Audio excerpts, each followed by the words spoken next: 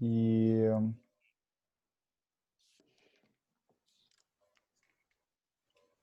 вот так, хорошо. Hi, this is a Tech 120 first interview with my interviewee for the midweek fieldwork project. Today I'm talking with Ilya, a Russian YouTube blogger, Instagram blogger, and really nice person. Хорошо, здесь мы начнем на русском, я потом там субтитры добавлю. Хорошо. Илья, можешь сказать, пожалуйста, чуть-чуть о себе, сказать твой стиль жизни, что ты делаешь и как это все произошло? Всем привет, меня зовут Илья, и все очень просто, ничего не случилось в моей жизни, я просто так родился. Так случается, что люди рождаются, один ребенок на 100 тысяч с рожденной плазией, и это может выстрелить куда угодно, в руку, в ногу, в глаз, в внутренние органы. В общем, я так родился с такой рукой. Всю жизнь я, в принципе, вообще никогда не носил протезы, потому что протезы были всегда вот такие. Сейчас вам покажу. Вот такие пластиковые руки были, и как бы, и с ней ты ничего не можешь сделать, кроме того, что, вот она просто вот такая вот есть, ты можешь пальцы позагибать, но никакой функционала у него нет. И 33 года я жил без протеза и думал, что, в принципе, технологии еще не на том уровне, как мы это привыкли видеть, не знаю, в голливудских фильмах, где там такая заряженная киберрука, из нее можно сделать, не знаю, там бластер, и она обычно в фильме сильнее, чем биологические руки. Начав искать информацию, понял, что появилась компания, которая делает новые протезы, при том, что в них нет ничего сложного. То есть делают такие киби-протезы, напечатанные на 3D-принтере. Это компания Моторика в инновационном центре Сколково. Подобное что-то, кстати, наверное, есть где-то в Штатах. Это маленькие локальные компании, которые пытаются делать крутые реабилитационные гаджеты для людей с инвалидностью. И узнав о том, что протезы уже созданы, я подал заявку, чтобы запротезироваться. Но так как мы живем, я живу в России, и здесь как бы хорошо развиты институты компенсации и социальной поддержки, но при этом у меня не получилось получить ее бесплатно, хотя как бы всем должны давать такие руки бесплатно. В итоге я зашел через благотворительный фонд, мне компания Моторика помогла с благотворительным фондом, который мне, собственно, компенсировал эту руку. Вот, и когда я ее получил, понял, что я зря всю свою жизнь отказывался от функциональных протезов, понял, что моя миссия теперь это рассказывать про эти гаджеты, как это работает, и вдохновлять других людей на то, чтобы они поменяли качество своей жизни, потому что лично мое качество жизни за это время очень сильно изменилось. Я ношу протез около года, и за этот год произошло просто колоссальное количество событий в моей жизни, и плюс я поменял очень большое количество людей в сторону не использования протеза, а начать его уже имплементировать в свою жизнь. Вот, собственно, теперь занимаюсь созданием контента, рассказываю, как это работает, что с ним можно сделать, как изменится жизнь человека, если он решится на протезирование. Ну вот, вы говорили про то, что ты поменял жизнь, ты начал заниматься новыми вещами, но очевидно, что протез никак не заменит настоящую конечность. Какие ограничения ты почувствовал, когда начал ходить с протезом? Протез не заменит настоящую руку, потому что, технологии, еще раз повторюсь, не на том уровне, на котором мы привыкли видеть в фильмах. Но тут надо понимать, что как любая технология, она должна стать массовой.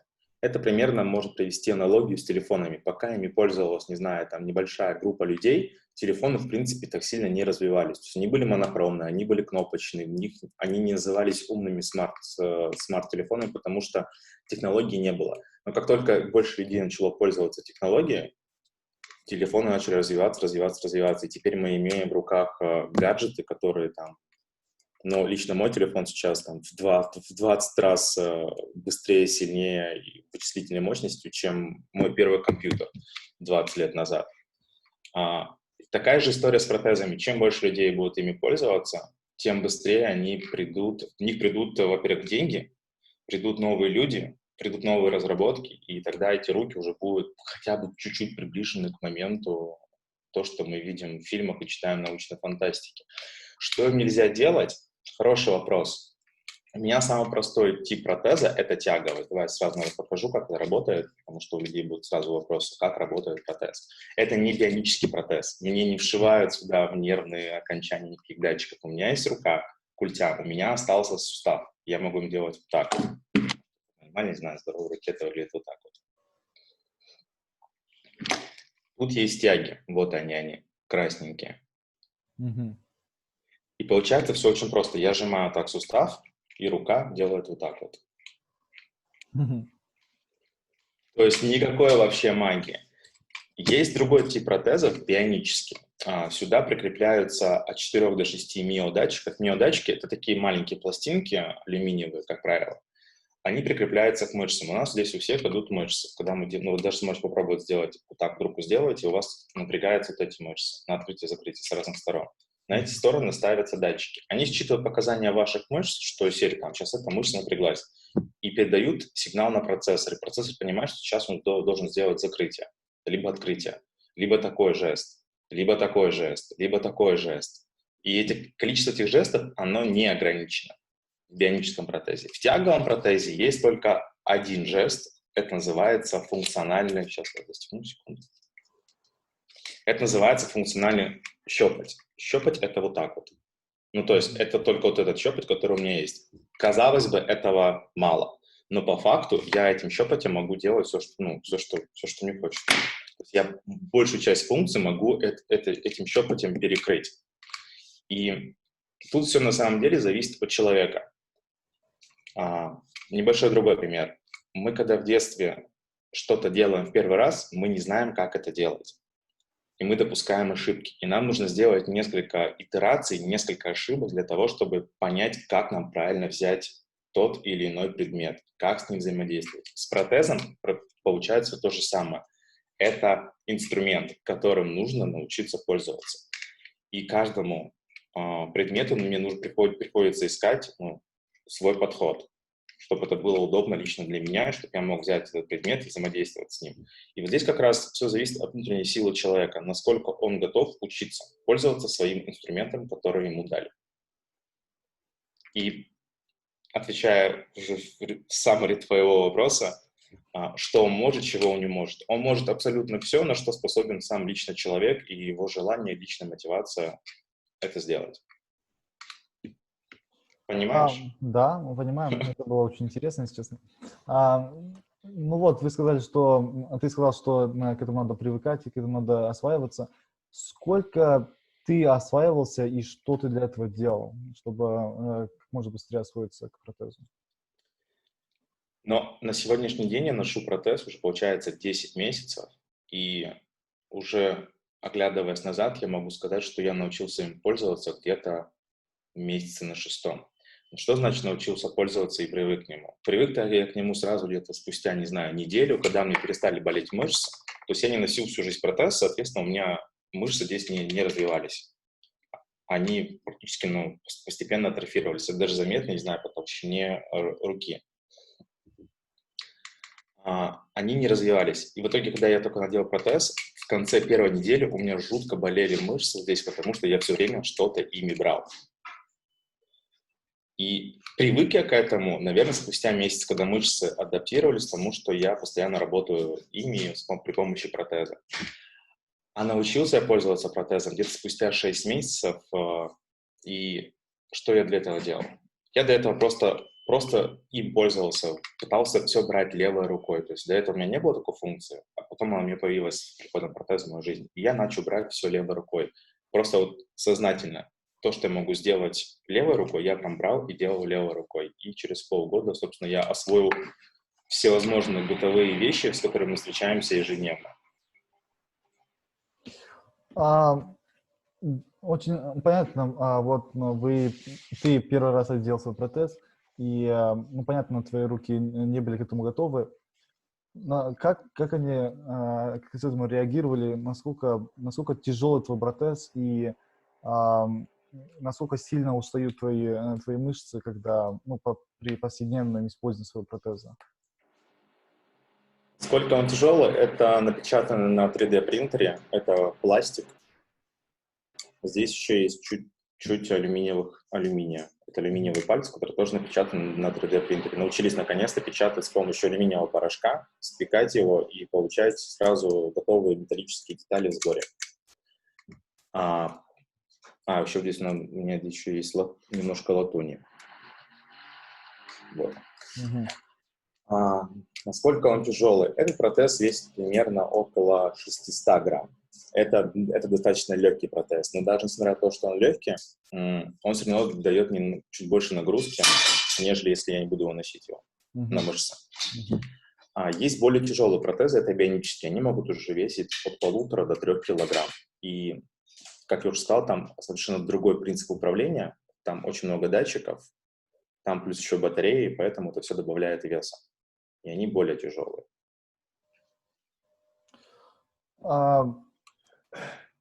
Ну вот, ты вот, насколько ты решился вот одеть протез, ты понял, что это очень нужная вещь.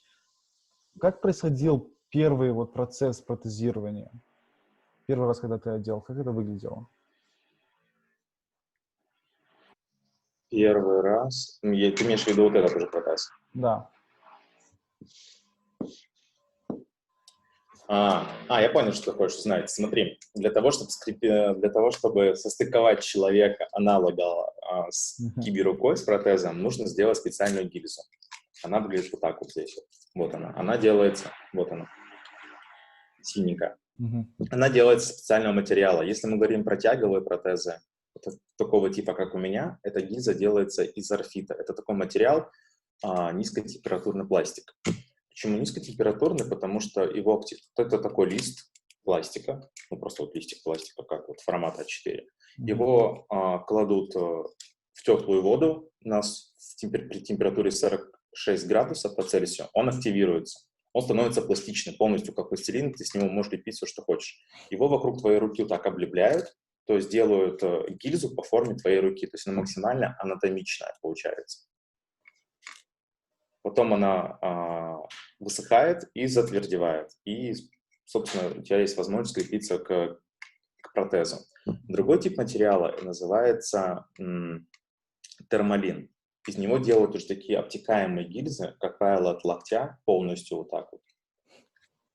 Термалин похож чем-то на твердый силикон, прям такую твердую резину. Его разогревают до 120 градусов на таком столе. Называется это вафельница.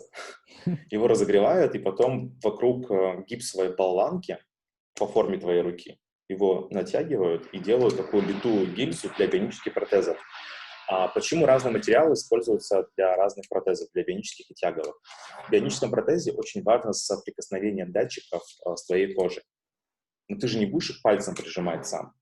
Это делает, собственно говоря, плотная гильза, сделанная из термалина. Она настолько плотная и летая, что она прижимает датчики прямо вот максимально к твоим мышцам для того, чтобы сигнал проходил максимально хорошо.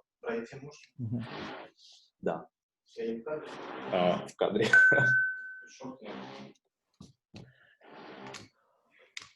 Это очень, честно, очень интересный процесс. И ты вначале говорил, что ты не смог это бесплатно получить, и ты попросил помощи. Сколько стоил протез, когда ты впервые хотел его купить? Если я хотел его купить самостоятельно, то протез в России такого типа начинает стоить от 120 тысяч рублей. Это примерно, если на американские деньги перевести, это, мне кажется, это около $2000. Но в эту стоимость входит не просто протез, а так называемая подписка. Что в нее входит? В нее входит реабилитация. Реабилитация, кстати, очень важная штука, потому что тебе могут выдать самый крутой протез в мире, вот прям самый-самый крутой, какой только можешь захотеть. Но если ты не научишься им пользоваться, то человек просто берет его, вот так кладет на полочку, и он так у него лежит красиво, там, за несколько миллионов рублей протез, и пылится, пылью покрывается. И человек говорит, типа, ой, да, зачем мне эти ваши протезы, я вообще без них все могу, я такой красавчик, и вообще без него все хорошо умею. Отчасти, да, это круто, что ты хорошо умеешь, но, с другой стороны, глупо не пользоваться технологией в 21 веке, когда она для тебя доступна. Ну, из серии есть автомобили, ты говоришь, я не буду пользоваться вашим автомобилем, это какая-то вообще чудо-техника, я поеду на лошадях.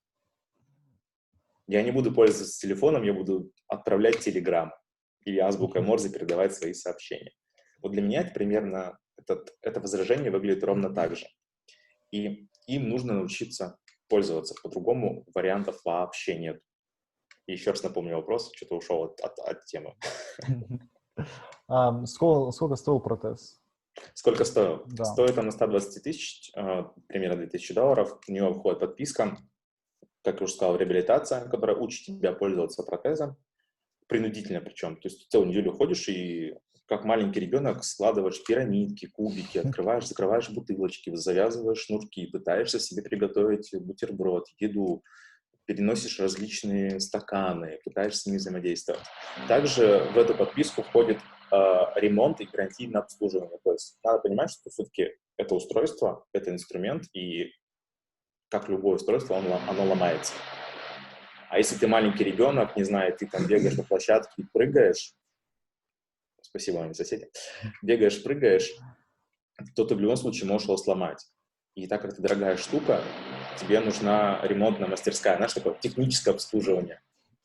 Есть техническое обслуживание для автомобиля, а есть техническое обслуживание для людей-киборгов. И это тоже входит в эту подписку, в эти $2000. То есть как только что-то ломается, не знаю, там, порвалась тяга, сломался палец, или, например, вышла новая фича, в данном случае вот у меня здесь перестроенные часы.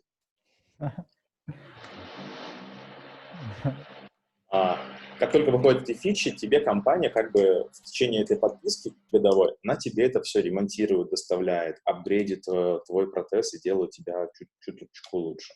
Кстати, если мы коснулись часов, про возможности, какие у меня есть сверхвозможности, в отличие от обыкновенного человека. Ну, во-первых, наверное, ты не сможешь достать из кипятка вареные яйца. Тебе нужно взять лопаточку, ложечку. У меня такой проблемы нет, я просто беру и достаю их. Ну, потому что мне не больно, и как бы, какая разница. Я могу потрогать крапиву, не знаю, или каких-то насекомых, которых, например, тебе будет страшно потрогать. Я могу взять паука и с ним вот так вот поиграться, не боясь того, что он меня там покусает, поползет по мне. Никаких проблем там нет. Плюс за счет того, что у меня встроенные часы, я могу выйти из дома и забыть, в принципе, мобильник, потому что я могу оплачивать все покупки вот так вот рукой. Я могу открывать двери у себя в квартире, подходя просто так вот, поднося руку, дверь открывается, понимаешь, что пришел Илья Киборг, теперь я могу открыть дверь, потому что у него есть NFC-чип. И вот такие вот маленькие плюшечки, они немножечко меня как бы, не знаю, возвышают над аналоговыми людьми, как я их называю. И это все входит в подписку. Подписка у нас годовая, да? Да, годовая подписка. То есть раз в год приходится ее обновлять. Либо за счет государства, либо за счет собственных средств. И как часто у тебя ломался протез, и из-за чего тебе пришлось идти? Но это мой не основной протез, это прототип. То есть помимо того, что у меня есть свой основной протез, он здесь вот болтается. Блин, не видно. Вот он. Но это практически то же самое, только это там версия 1 протеза. У меня прототип. То есть помимо того, что я снимаю контент для людей-киборгов, я еще являюсь таким тестером, пилотом новых разработок. То есть разработчики придумывают какие-то новые фишки, например, часы, или там новые пальцы, новый тачскрин пальцы. Это, кстати, первый в мире протез, который может взаимодействовать с емкостными экранами телефона. То есть я могу управлять с помощью протеза телефоном. То есть до этого никто не мог решать эту проблему. И вот я являюсь, собственно, пилотом, и я тестирую на себе все разработки и задумки разработчиков. То есть они сделали какую-то новую фичу, но они не понимают, будет ли это удобно людям с инвалидностью или не будет это удобно. Они дают мне эту руку, дают эту разработку, говорят, Илья, иди тестируй. И вот, собственно, я хожу там какое-то количество времени, тестирую и даю обратную связь, удобно этим пользоваться или нет. И еще раз вопрос. Сколько раз ты ломал свой протез? Сколько раз я ломал свой протез? Так как я тестер, свой протез я ломал за это время. Ну, последняя прям такая глобальная поломка была. Я сломал вот этих 2 пальца. То есть они прям отломались, прям болтались на ниточках вот так вот. Если интересно, тебе вышло видео сейчас с ТикТока, как раз снимал это. А, я его сломал только потому, что я упал, и неудачно упал, прям вот так на эти пальцы, и они сломались. И сломались они потому, что, так как был тестовый материал, видишь, я тебе тоже показал, что у меня здесь желтый материал, Мгм, мгм. вот, Да. это латунь, а это спеченный алюминий.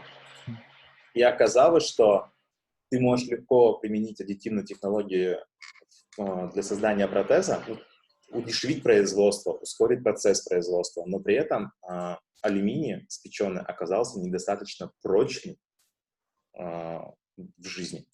То есть вот как бы вот такая вот вещь, что разработчики думали, что они сейчас сделали круто, сделали технологию дешевле, быстрее и удобнее, а оказалось, что в процессе времени носки, что, ну, лучше не использовать спеченный алюминий на 3D принтере в протезах, потому что он очень хрупкий и ломкий. И теперь вот всем меняют на латунные соединители. Поэтому как часто ломается, но вот в моем случае это вторая поломка за полгода. Тогда один последний вопрос. Это так, интересный вопрос, чуть глупенький. Вот ты говорил про там часы, про NFC. Есть ли такие что-то типа аксессуары для таких рук за дополнительную плату? Да, конечно, ты можешь поставить. У меня в данном случае стоят часы Samsung, но можно же поставить и Apple. Да. Да, а можно попросить компанию Яндекс встроить тебе в руку голосового помощника Алису. Представь, как это было бы круто. Или, например, попросить компанию Apple встроить тебе в руку Siri. То есть, если, например, вот это выглядит типа, ну, так нелепо, как бы прикольно, зачем это надо. Теперь представь, что у тебя нету двух рук. Как ты будешь взаимодействовать с миром? Когда у тебя есть голосовой помощник, ты можешь сказать там: «Привет, Siri, какая погода? Да. Привет, Siri, закажи мне такси. Привет, Siri, включи лампочку». Мгм. Или там: «Привет, Алиса, включи мне свет в этой комнате, запусти пылесос в той комнате». М. Реально круто. Ам, Спасибо большое. Это был очень интересный и супер информативный интервью. Мне кажется, учителям понравится. Да, я сейчас остановлю